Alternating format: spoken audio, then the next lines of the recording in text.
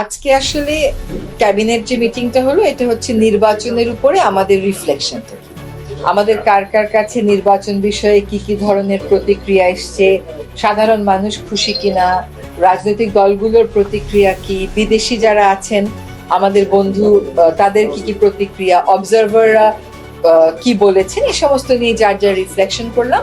আজকে একটা গুরুত্বপূর্ণ হলো যে আমরা একটা নারীর সহিংসতার শিকার হওয়ার অভিযোগটা শুনেছি।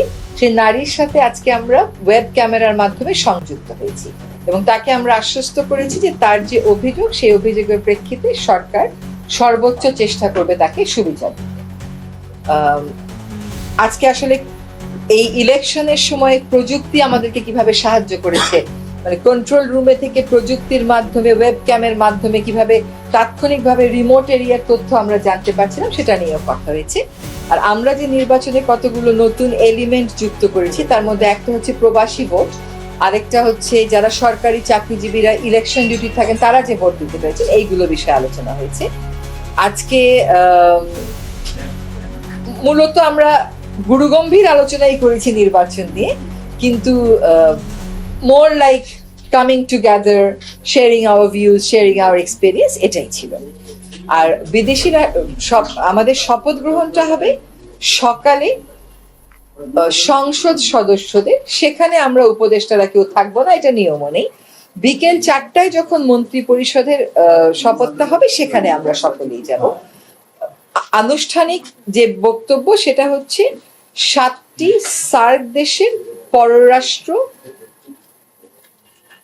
সচিবদেরকে আমন্ত্রণ জানাচ্ছি। এটা একটু চেক করে সঞ্চিতার মধ্যে আমি ভুলে গেছি, এখন মনে করতে পারছি না, বাট 7টি সার্ক দেশ থেকেই প্রতিনিধিত্বের জন্য আমন্ত্রণ পাঠানো হয়েছে। এর বাইরে আর কোনো কিছু আমাদের সরকারি পর্যায়ে জানা নেই, সরকারি পর্যায়ে এরকম কিছুই নেই। হ্যাঁ, আপনারা উপদেষ্টা হিসেবে যে সুবিধা দিক থেকে এসেছেন, মানে এটা মানে গাড়ি বা বাসা, এগুলো আপনাদের মধ্যে কি সিদ্ধান্ত হয়েছে? কবে নাগাদ গাড়ি সুবিধা মানে গাড়ি ছেড়ে দিবেন বা বাসা ছাড়া, এগুলো নিয়ে ইন্টারনালি কোনো আলোচনা হয়েছে? না, আজকে ওগুলো নিয়ে আলোচনা হয়নি। আসলে এগুলোর তো কতগুলো সেট রুল আছে। যেমন সেট রুল হচ্ছে পরের মন্ত্রিসভা শপথ না নেওয়া পর্যন্ত এই উপদেষ্টা মণ্ডলী কাজ করবেন এবং সেজন্য যা যা সুযোগ সুবিধা পান সবই তারা পাবেন।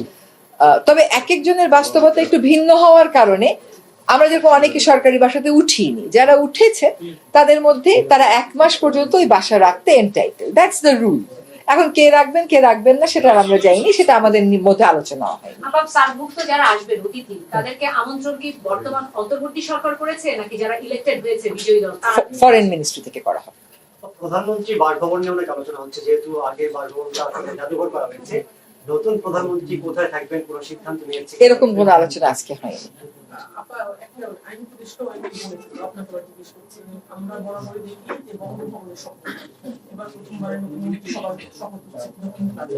আসলে এটা যেই দল বিজয়ী হয়েছে তারা তাদের সাথে আলোচনা ক্রমেই এই আয়োজনটা করা হচ্ছে, তারা যেভাবে চেয়েছেন আমরা সেভাবেই ফ্যাসিলিটেট করে দিচ্ছি। হয়তো অনেক মানুষের সমাগম, এটা তো ওনারা বলবেন, তবে আমরা পত্র পত্রিকায় যেটা দেখেছি 1000 খানেক মতন হয়তো বা ফ্ল্যাট। এই সংসদ ভবন ঘিরে পাতা বসতে পারে কিছু ঘটনা তো ঘটেছে, যেটা ঐতিহাসিক। বিএনপি চেয়ারপারসনের এখানে হাদির এখানে হয়েছে, তারপরে সংসদ ভবন ঘিরে জুলাই আগস্টের একটা অভ্যুত্থানের বিষয় তারা বলবেন, সেই বিষয়গুলো কি আসছে আজকে এগুলো আমরা আলোচনা করিনি। তবে রাজনৈতিক দল কেন এটা চাচ্ছে সেটা যদি আইন উপদেষ্টা বলে থাকে হয়তো উনি যোগাযোগ করেছেন, কারণ উনি আমার চেয়ে ভালো জানবেন। জি, একটা বিষয়, ফয়েজ তোয়ব সাহেব চলে গেছেন, ওনার যাওয়া নিয়ে অনেকেই বলছেন যে সেফ এক্সিট।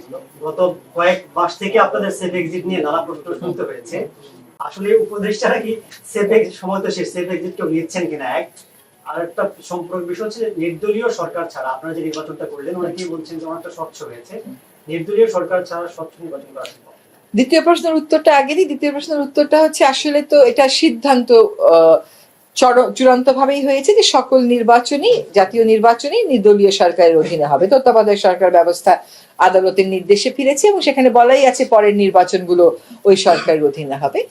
আরেকটা কথা হচ্ছে ফায়াজ তায়েব সাহেব চলে গেলেন মানেটা কি, এটা বলার আগে বলতে হবে ফায়াজ তায়েব সাহেব দেশে এসেছিলেন, ও তো দেশে থাকতো না, ও তো কাজ করতো নেদারল্যান্ডসে, ওইখানেই ওর পরিবার, ওইখানেই ওর সংসার।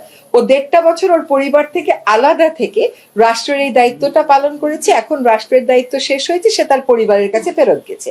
এখন এইটাকে যদি আপনি ভিন্নভাবে উপস্থাপন করতে চান, করতে পারেন।